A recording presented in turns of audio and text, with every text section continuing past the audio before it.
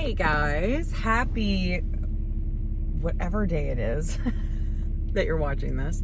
I'm gonna go for just a little short drive to go work out somewhere, but I just wanted to just have a little chat and drive. Like, why not? I'm just gonna jump right in, shall we? Love you guys, by the way. Glad you're here. Thanks for listening. So I get asked this question all the time, and it helps me remember why I do the things that I do and am the way that I am. So I get asked this all the time. How did you get into the line of work that you're in? For those of you who don't know, I do online content of certain varieties of all sorts of types, and the main one is, you know, more of a adult oriented type of content. Vibe with Mommy. So those of you who know me. Those of you who don't, well, here's a little introduction. So I have always been, since I was little, I'm just gonna put my thing in park here. I was always like different, you know. I was a loner. I was really weird looking. I had big bottle cap glasses, little curly frizzy hair, fro. No one wanted to be my friend. I was very much a loner, introvert, scared of absolutely everyone and everything. I was always just petrified of like social situations, especially school. I had learning disabilities. I was taken out of regular class and put into the special kids class. I had like an auditory learning processing issue. I had a cross eye. I had dyslexia. I have all these things, right? And from day one, man, it was like a struggle. Like life was just, everything felt hard. And my mom would have to remove me from like big social situations, like busy malls, big parties, anything that like was overstimulating. She would have to remove me because I would have like a panic attack. And I also had a stuttering issue. And I still stutter sometimes, but I was a stutterer as well. So I would sit alone a lot. Again, like I said, I was a loner, so I sat alone a lot. And what I did is I watched people. I watched other humans, how we interact with one another. And I remember just sitting there always, even when I was little, and I was just like, how does everybody do it? How does everybody just know what to say to each other? How do they interject into a conversation? How do they ask each other to play a game with them? And I was always picked last on playing sports. I was never Red Rover, call someone right over. No one ever called my name. I was always weird. I was always different. I don't know what that is. I don't know what that was, but I always felt odd and scared of everything. So as I got older, I quickly discovered that I could fit in if I just did what I thought I should do and thought I should be. I started straightening my hair. I got rid of my glasses. I started partying. I started, you know, becoming more promiscuous. I started all the things that, you know, that I was told by culture, by TV, by whatever, by my peers to do in order to be cool and liked by everyone. So I started very much trying to blend in, and I became the party girl. And I started a long career of that. And that's how I navigated my social anxiety, and that's how I navigated my disdain for myself. I've always had a really like self-deprecating, I'm going to admit this right now. I'm super into myself. I'm super self-centered, and not in a good way. I obsess over myself and all the negative thoughts I have about me and how I'm not good enough. I'm not smart enough. I'm not pretty enough. I'm not this enough. I'm not this. I'll never have my own money. I'll never have my own life. I'll never have it, you know, blah, blah, blah, blah, blah. Super obsessed with me. And lots of negative thoughts there, but I'm working on it. Anyway, that's just a brief little background. But I've always like, again, like I don't fit in because there's this weird, in my opinion, this is just my opinion, there's this weird layer of like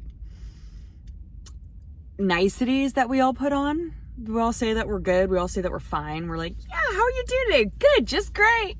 How's the family? Everyone's good. Nobody's wanting to just, you know, not be with each other anymore. I don't want to just leave everyone behind and do my own thing. Like we all just have these like, I feel like we all just have this very fake way of like dealing with each other. And I've always enjoyed the underbelly of society, the dark side of society, so to speak. So it's like, I always loved walking into a BDSM dungeon, for example, where people are just being weird. I've always loved after parties in the city that I live in, because it's all the strange people at the end of the night coming out to play. And it's like, I've always loved the underbelly of society. And that means, being a little more outside of what you would consider normal.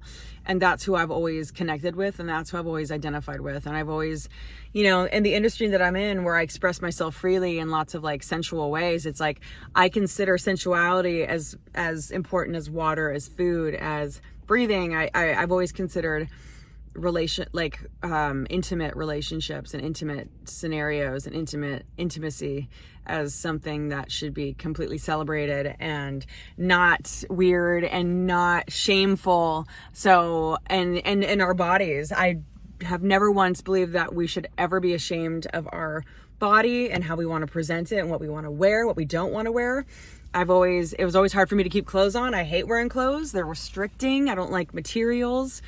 I don't like tags scratching me. I don't like I don't like wool. Like I prefer not to wear clothes. That's just the person that I am. So I find different areas to go express myself in those ways. But ultimately, like what has led me to this job, long story short, okay, I'm getting there, is I've always wanted to be that person that challenges your reality, right?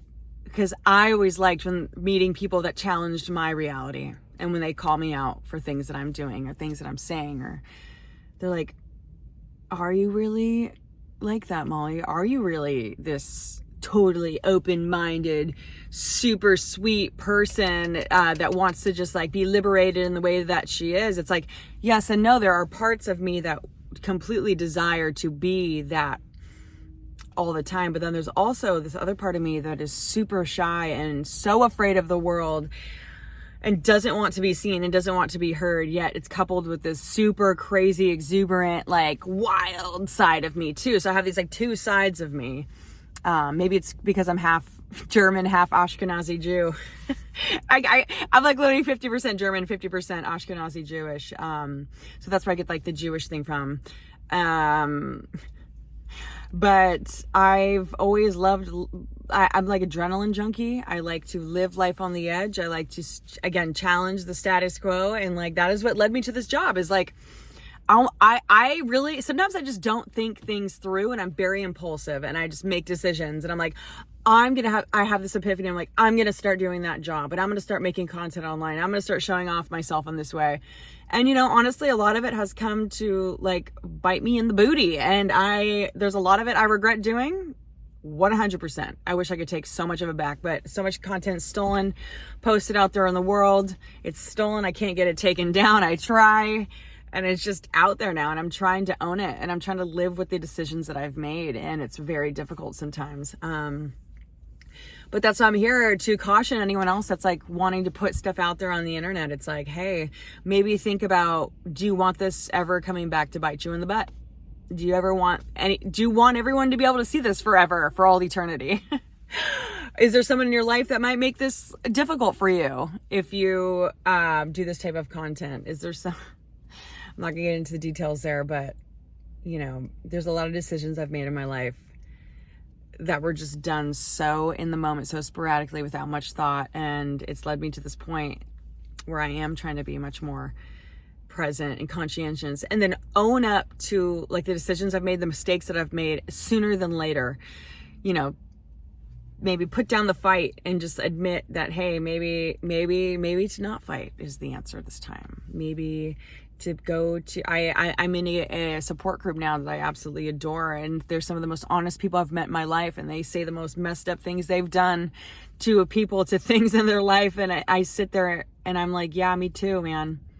I've done a lot of weird stuff, and I will be writing about all of it, and I am writing about it, and I hope that you guys one day get to read it, because I think when when we set our secrets free, when we let go of like all these secrets that we hold on to, is when we can really heal and become the person that we're meant to be. So this was part of that. I was like, really, I feel like I was really ambiguous this whole video, but anyway, what's led me to this point of my job is that I love it. I love expressing myself. I loved making people uncomfortable and challenging their belief systems. And I want you to, and I also love showing up for myself in the way that I want, to give you permission to show up for who you want to be. And I just want to let you know that you're normal. We're all meant to fit in some weird boxes been created for society. I don't know where it came from. You know, I live in a Puritan society here in the country that I live in. So it's like there's a lot of guilt and shame involved in sensuality and self-expression. So just know that you aren't alone. And that's why I keep doing what I do, so that, to give you permission to be who you want to be. Obviously within reason. Don't hurt anyone else. Don't try not to hurt yourself. But I love you, and I hope you keep showing up for yourself in the way that you can. And yeah, I'll be doing more of these. If you guys have any more questions or want to know more, just leave comments down below, like, subscribe, blah, blah, blah, blah. Do the whole thing. Anyway, okay, yeah, I wanted to keep it under 10 minutes, but here we are. All right, guys. I'll see you later. I'll see you next time, okay? Big hugs.